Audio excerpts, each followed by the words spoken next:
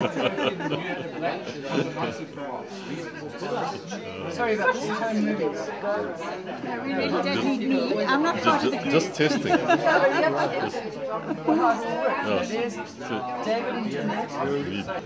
Okay, what are you up to? Are you living in I didn't go to Marlborough. Doing what? Drive shoulder husband joints and all that. I still play the cars and motorbikes. I wish I was famous. I was famous right now. Glenn, I want to ask you, what house did you in? Hillary. Yellow band on the U banister, would you? Green. No, Hillary. Swimming is red. That's right. I was banister, yes. The green banister. Still remember that. All I did was swim breaststroke. My grandfather Medication can be really terrible, can't it? I mean, it's just too able to do it. Here she comes. Ooh, here she comes. Can I put the cake behind my neck? Yeah, I know. In fact, you know what I was doing today? I said, I'm turning 65, and this for the first time in my life has been the year that I've actually thought, you know what, I'm going to consider doing something to my face. Oh, you never? One of the few you haven't got a blue wrinkle on it. Well, no, but you see, I've got something funny happened to my eye here. It's the eyelid. And some of us have turned 65 already, so we actually could go past it. We need a peg and an eyelid lift. But that's very unfair because you're not allowed to do that. Because you're still a lady. No, but what you're funny happened to my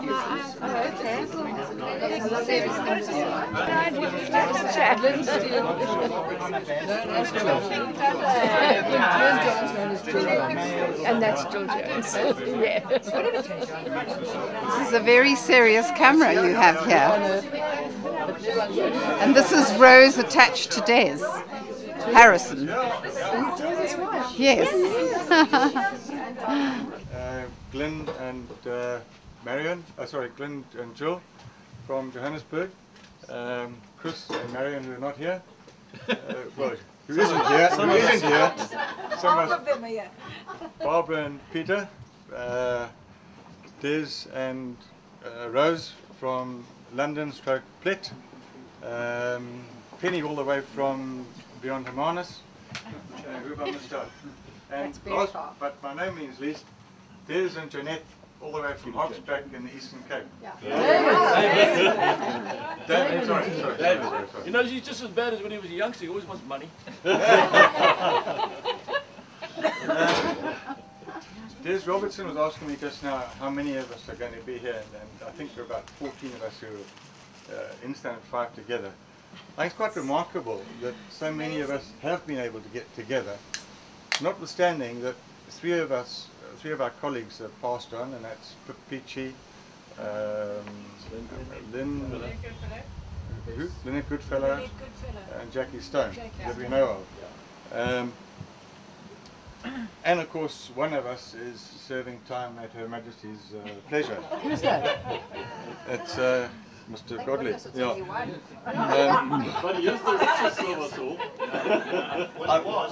I was thinking about some of the early memories, you know, and I think back to the test matches we had at the back of the Cleve Edwards all those years ago. I mean, when you think back to the size of those properties, and there were, you know, a whole crowd of you girls, a whole crowd of us guys playing cricket or soccer or whatever. Some of us probably started smoking by that stage behind the bushes and whatever. And we were talking just now about who our teachers were, you know. There was Morgan in Standard 5, Bobby Meth in Standard 4, Mrs. Grant 3, Squires in 2. Duckworth? I think Duckworth, yeah. Duckworth. Did you do Standard 1? Miss Leslie was Standard 1. Okay. I can't remember. Miss Leslie And then, the last 2 and then times there was Gail the first the time. standard, sub A was KG. Was Mrs. Morris or somebody? Miss Morris was KG1. And Mrs. Bernard was KG. Yeah, Jenny Bernard's mother. Yeah, that's right.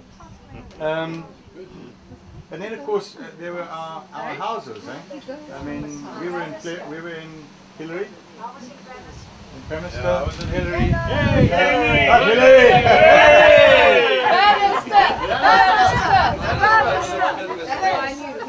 Were you Bannister? Yeah. I even remember the colour, it was green. Yeah, that's right. Yeah. Bannister. Hillary was a yellow. White was. Whittle was blue. Whittle was blue. Bannister's green, yeah. There were only three. Fleming was red. Fleming was red. Fleming. Whittle was. Can't argue. Are you Fleming boy, Des? Yep. You know, Cheers, Judy. seeing Caroline, oh damn it, that's one thing I forgot. Can you blur those pictures a bit so we don't look so bad? Oh yeah, I'll do it. Caroline was the McDermott's neighbour, and she and her sister Babette. And I was a kid of about 6 or 7, and we were Quiet, playing. please. We were, Come on, Jeff. Jeff, you want to take over?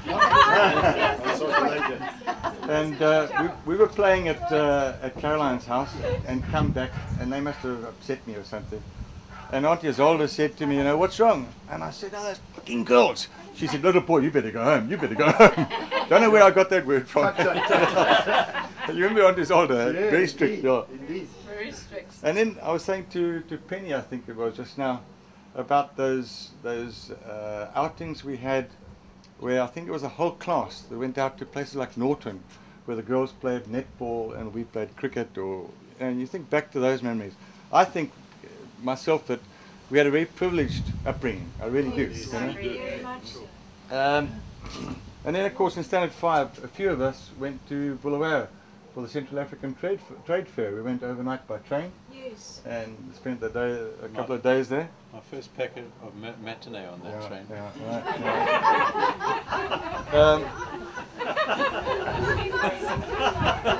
Actually, I was actually public speaking. He was a priest. He was doing public speaking, and yeah, I went down. Well, Sue Goddard Gordon was reminding us that, do you remember you girls had sandals with white socks?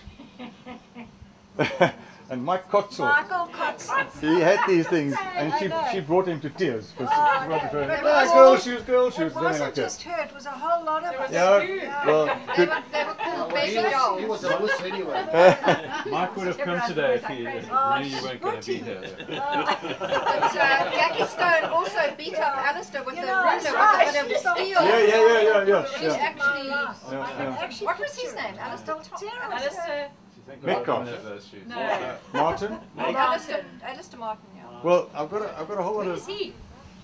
I don't know. In Australia. But about doing exams and, as I said, schoolwork and exams and things like that didn't go with Gwen Phillips. So a near neighbour of mine was MD of one of the local quoted motor companies, and I said, Mr. Small, you know, I went to the school that I went to down here, and I'm expected to be a doctor, a dentist, a lawyer, etc. He said, no, come and try. So I went in. Anyway, that's 42 years later, and I've always been in the motor trade. It's treated me reasonably well, I think. I got married to a wonderful girl in 1978, all the way from Switzerland, and we had 2 boys, and that's up to 2013. And play a bit of golf, and enjoy life. So that's my lot. Can't be bad. This? BCom. I then came back to Harare, and I worked for Anglo American in Harare. I had worked for them for quite a few student vacs, so it was a natural move. I met my dear wife Rose, who also went to Rhodes. She was after me though, and we met through 20 years. 20 years. Wait till it's your turn. Yeah, you have a turn. At 23, he rescued me from the shelf. We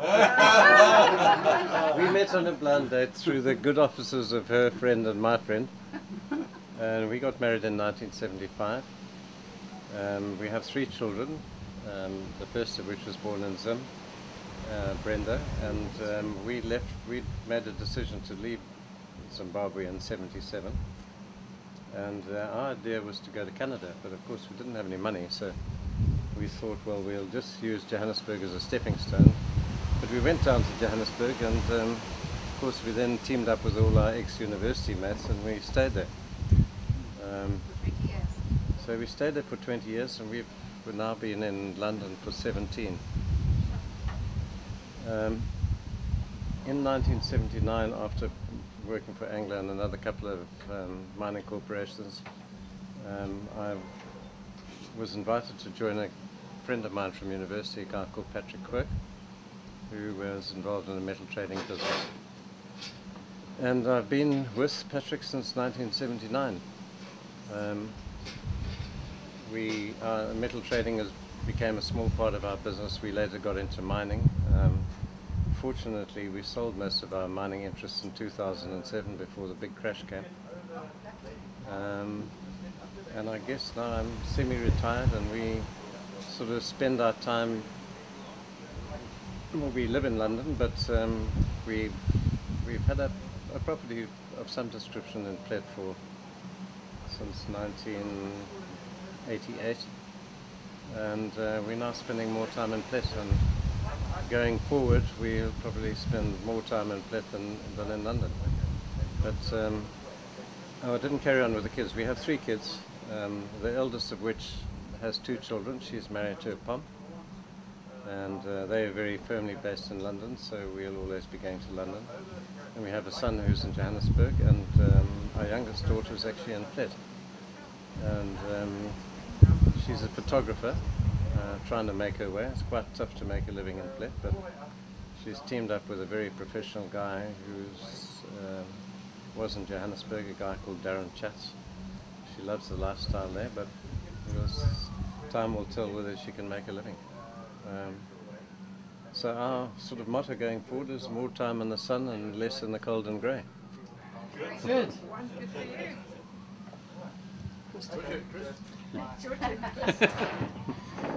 Okay, I went to Mount Pleasant when I left you guys. I had to cycle all the way to school there. It took me ages and ages, but and when I started in Marlborough, I used to cycle. Then we changed. From there, I went to Natal University and became an architect. Started doing a civil engineering course, which wasn't all that great, and I changed because my roomie did architecture, and I changed to that.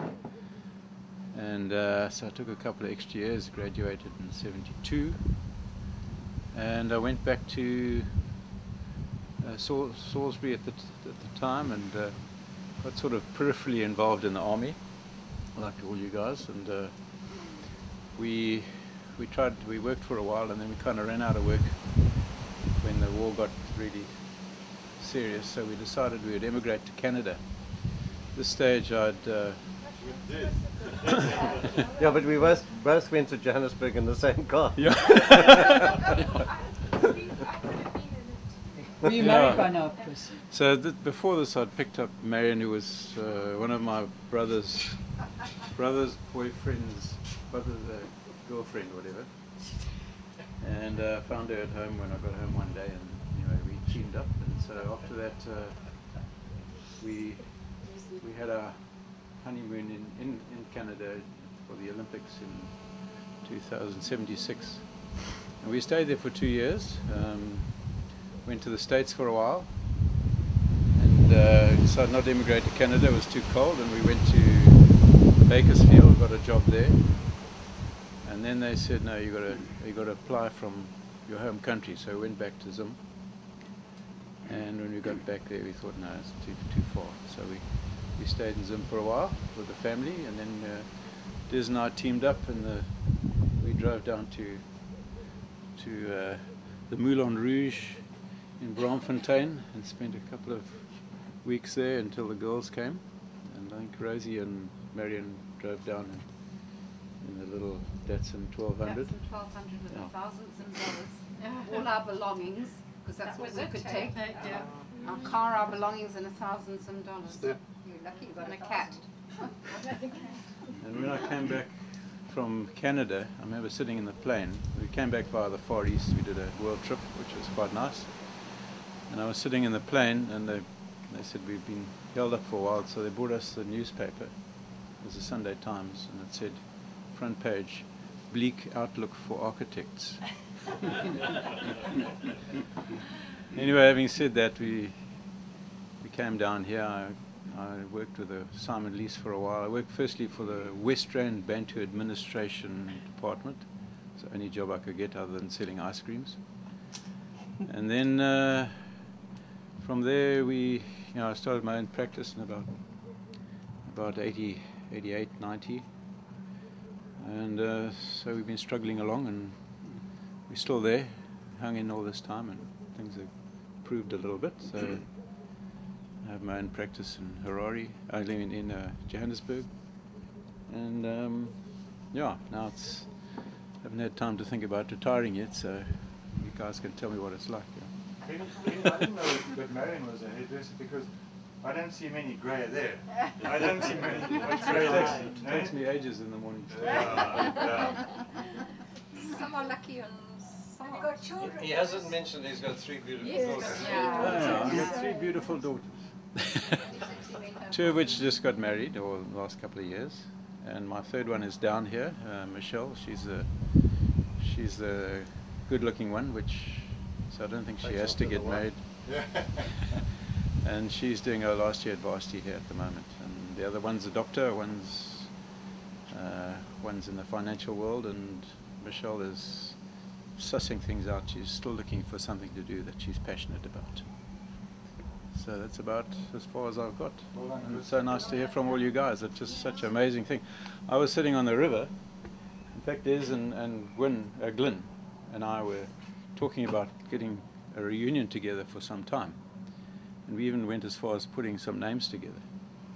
And that list you see there, I think, sort of stems a bit from that. And we actually didn't do a hell of a lot about it, unfortunately. We left it to our retired colleague, but he didn't do anything. Yeah. I thought since I was working so hard, and John, that message. that's right. Yeah, and I'm sitting on the river. Can you believe it? At Kanyemba fishing, and John's got his cell phone next to him on the river, and he says, "Hey, it's a message here from." I thought it was from Gwyn. Was it from you? It was from you. Yeah, I've sent him. Yeah. I never know where John is half the time, but I sent him a message. So he said, "What about get down for a reunion in November or something?" Which we couldn't make, but we said, "Yo, this is a great opportunity." And so incredible that we can actually get all together. I mean, it's just amazing. I think we must really try and get the rest of the people on that list together, and you know, it is actually the most special time in my school days was that last year in Marlborough, and just to think what fun we had and what wonderful people they were. And, as I said, I'm really privileged. Most fortunate people ever to get a Springbok cap, because I think they said Ferrandi should have got before. Anyway, we had like a class bully. What was his name? Ford. Wasn't it? John Ford. Yeah. Oh, I remember. Somebody at the gate when you Oh, started. that's yeah. It's probably Rob that got lost. Okay, you can wait a moment. They had horses. But I can you remember him beating up Timothy or somebody, and Chris Duckworth saying, let's see your fist, and he took his cricket bat, Chris Duckworth, and his eyes went like this. He cracked open the top of his knuckle. Imagine doing that today with a cricket bat. And Ford looked. I mean, he couldn't believe it. Blood. Mommy! No. Sorry, Des. Des, are you starting? I'm unfortunately starting yes. Enough to go on, right? Enough for us, you know. Yeah, well, after leaving Marlborough Junior School, I also went to Mount Pleasant, and then not very academically inspired. I just played sport, played provincial cricket with country districts, and then after school, I didn't even get matric. I left and I went farming, and then I joined the SAS. I was there for 12 years, and then I joined CIO, which is Central Intelligence Organization. I was there for 2 years. Then I left and came to South Africa. Well, prior to that, I was fortunate enough to 57 years with Sheena, and this year we've been married 44 years.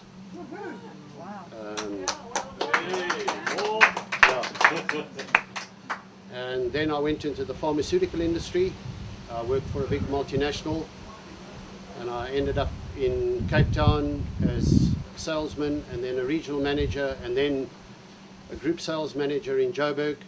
For that I had to go to Joburg, obviously, and then I packed that in and went into my own business. Most of it lies, eh? I was going Most to of say, it's lies.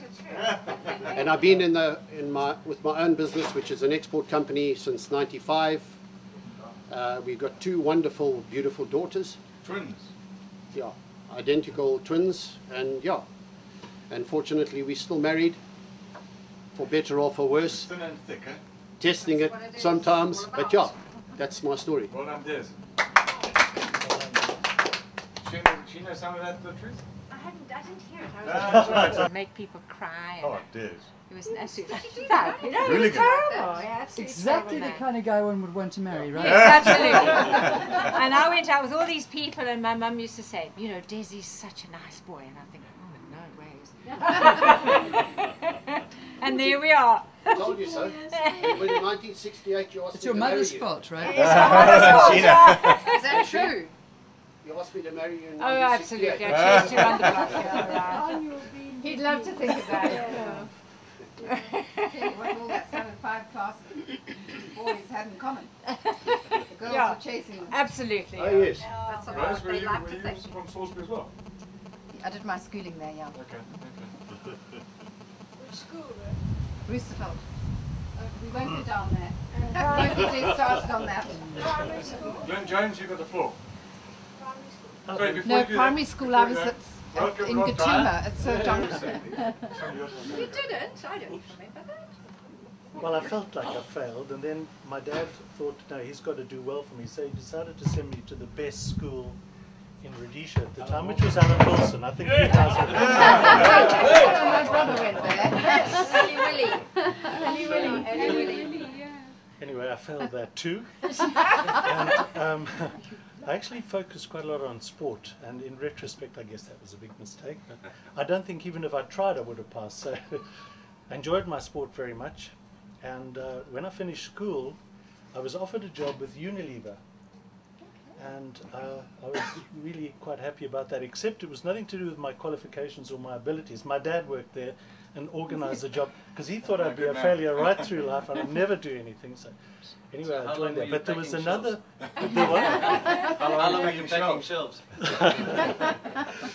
There was a big plus to joining Lever Brothers because that's where I met Jill, and we've been married for 43 years. Wow. So that was a real blessing. And I'm really happy, but if you want to find out the truth, speak to me. Come on, Jill, inside story. I joined a couple of other companies, and but one of the hobbies I had was playing the guitar, and I'm surprised that Jeffrey remembered that, because I only just remembered myself. I played a bit of guitar, and my dad was a great musician. He had Eddie Jones in his band. They used to play for all the Rhodesian front things, and I thought I might have some talent. But anyway, I played a bit of guitar and double bass, and joined a band called Me and Them. Anybody remember that? Oh, great.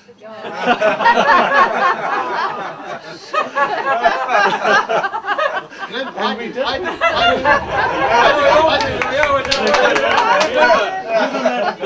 What's it worth? So were you the me or the them? We did a couple of gigs around, and we played at Rex Theatre, and we entered a competition called Martin Locke's Stairway to the Stars on television, and we won it. But I couldn't bloody play for Toffee, and I couldn't sing. We had a girl called Judith Alves who had a very sweet voice, and that was the reason we won.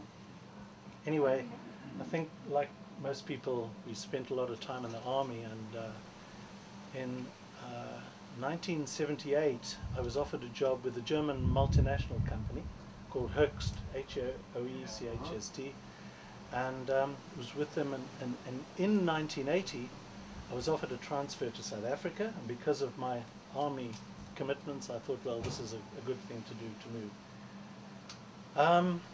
After about 10 years or so, I was made head of one of the group companies in South Africa, and then about another 10 years after that offered an international contract in the UK, and I was head of the UK company until 4 or 5 years ago when I was... 8, darling. You could be.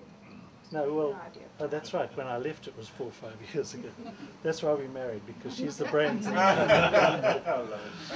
But yeah, so I did the 4-year contract, at which time I was 60, and I was able to retire, and I could have retired there or here, but because of family friends and old friends, and mainly the South African brown bushveld, we decided to come and retire in Johannesburg. And we've been retired for 4 or 5 years. And we go to the bush a lot these days, and we pretty much take it easy. We have a lovely daughter who's now 37, and she's been living for 14 years in England and The Hague, in the latter part in The Hague. And she decided just to resign and come home. So we've been quite happy now for 6 months. She's 5 months, whatever it is, she's been with us. And she doesn't have a job, except that she's just been offered a job by the company that employed her in The Hague. And blow me down, the head office is in Cape Town, so she's leaving us again and coming to live in Cape Town. She started on the 1st of February, but she's moving down on the 1st of April, so it's a little bit Why sad don't you for move us. down here? Exactly. Well,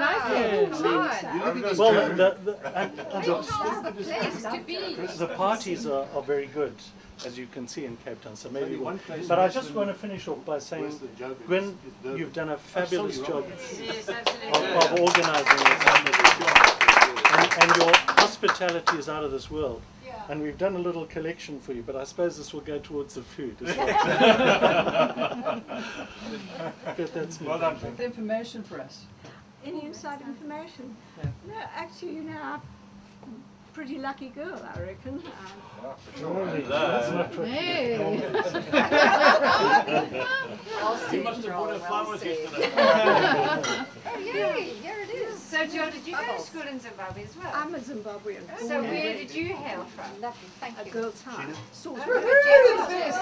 Yes, me too. Yeah, girl's high, and then I was nursing at Jill, what was your maiden name? Snook. We farmed at Bandura. So did we. Okay. Toppings. Toppings, yeah. You know the souls and the toppings. Souls are still there, Glendale, Bandura. Oh. Jenny Cummings? Caroline is very bright. Is very bright, yes. Well, I don't know about that. Yeah, I went to marlborough Girls High School, and then after that I went to university in Rhodesia. So I went to University College of Rhodesia when we were still a College of London. That's right. And I did a BSc in chemistry and biochemistry, and I stayed on and I did a master's in biochemistry, and I had met my husband, or my ex-husband, in my first year. So yeah, got involved also very early when I was 18, and we got married in 1971, and in Rhodesia, and I had 2 sons.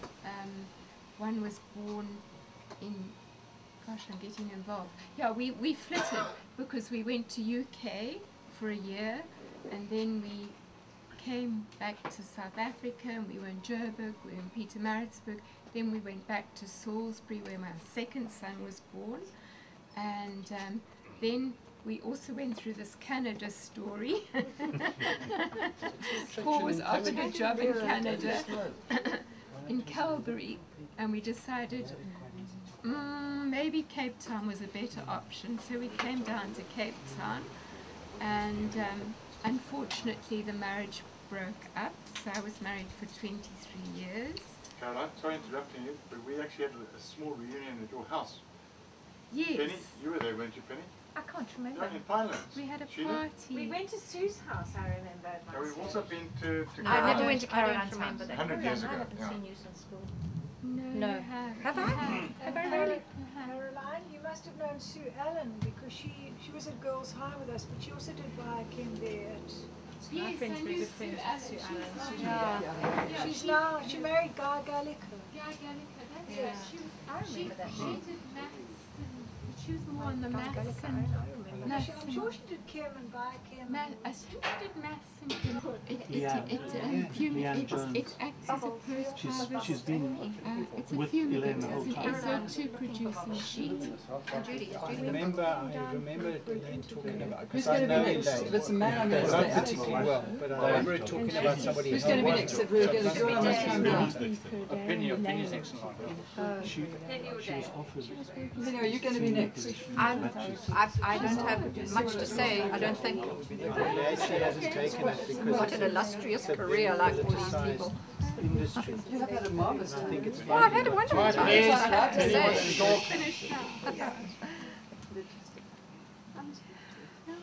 After Marlborough Girls High, like everybody else who lived in Marlborough, and I know you all know that in my last year of school, just as I'd been made a prefect, Trishi died in a ghastly accident.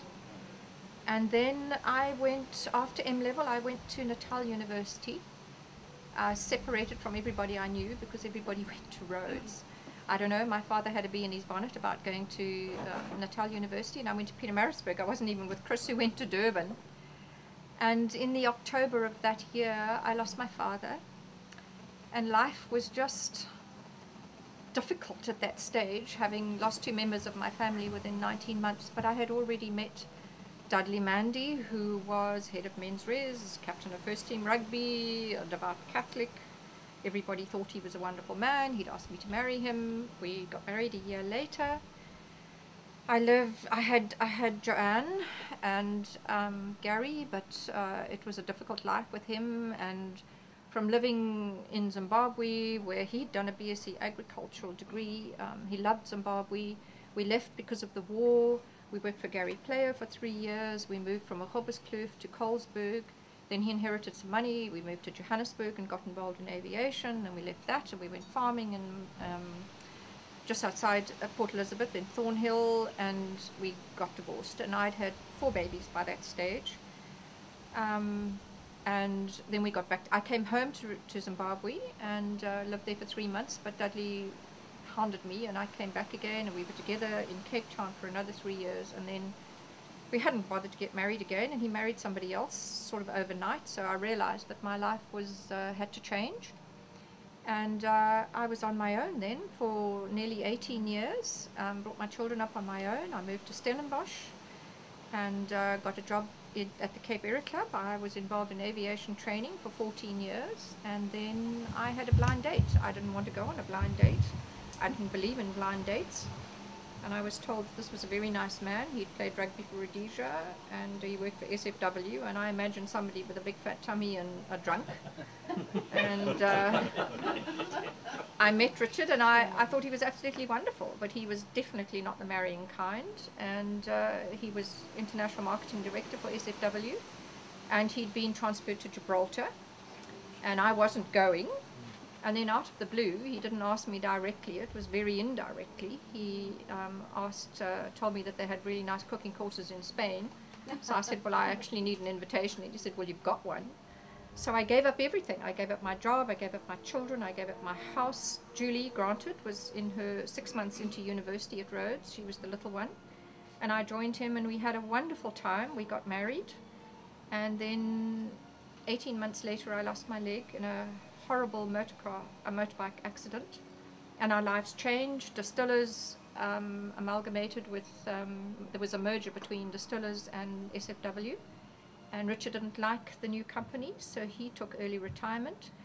So our lives changed completely. We came back. I had a little house in Stellenbosch, and we renovated that, and then we built another house in De Boert, and Richard started working for himself. He did a few sort of local jobs. He worked for Simonzig and Nelson's Creek and that sort of thing, and eventually he decided we work with a company now called AMCA, who are Scandinavian company, and so he works from home, so we're still very much involved in the wine industry, which is fantastic. He accepted all my children entirely as his own, as he has a son, Ian, who's just fitted in with all of our children, which is fantastic. We then built a house in De Zalze, which was really, really great. We sold that 6 months ago, and we are now living in Vermont, while our new house is being built in Somerset West. And Richard continues to work from home, which is absolutely fantastic. He gyms 3 times a week. He's the rugby player he always was, known as Dick Coleshaw, and he rides his bike twice a week. He's got 2 new knees, but it hasn't stopped him at all. And I've spent this time not being able to work in Gibraltar. I had to find things to do, and with the loss of my leg, it's been a huge change in my life, because I was always a very busy person, but I study garden design, which I'm absolutely passionate about. I have a wonderful time with that. I do it by invitation now, not in any other way. I don't promote myself at all, because it's really difficult to do that with my leg. But we have 9 grandchildren, all under the age of 7, and that keeps me very busy, and my quest at the moment is to make each of them a quilt from Granny to put on the ends of their bed. And you're still gorgeous. Okay guys, I left Marlborough School in 1960, as you know, well, 1961 actually, and I want to say at the beginning, I'm honoured and privileged to be part of you guys. You know, we cried together, we lied together, we grew up together, and it really was great. And so, thank you very much for your contribution. From Marlborough, I went to Ellis Robbins, and at Ellis Robbins, I finally beat Des Harrison at something. He left school after 6 years. I stayed there for 7. So you see. Anyway, I also would like to point out, I didn't bring my report with me, but I have my Standard 5 report where it states we had 36 students in the class. Wow. And it stated that my position in the class was 36th. Okay. So you guys have no excuse whatsoever. Anyway, while I was at school, I obviously, because I was there for 7 years, I didn't do that well. I spent a lot of time doing gospel singing and not doing studying. I spent a lot of time playing cricket and all those good things and not studying. But ultimately, I got university entrance and left. And I had no idea what I wanted to do after school, so I went off to Polytech. And I had a brother-in-law who at that stage had a CIS. A CIS, for the uninitiated, is Chartered Institute of Secretaries. And I thought, well, that's great. I'll do that because I don't know what I'm going to do anyway. So I spent 2 years at Polytech doing a CIS. I did reasonably well, much to everybody's surprise. But while I was there, I found out that there was something called a CA, which was better than a CIS. Well, some people seem to think so. And so I did articles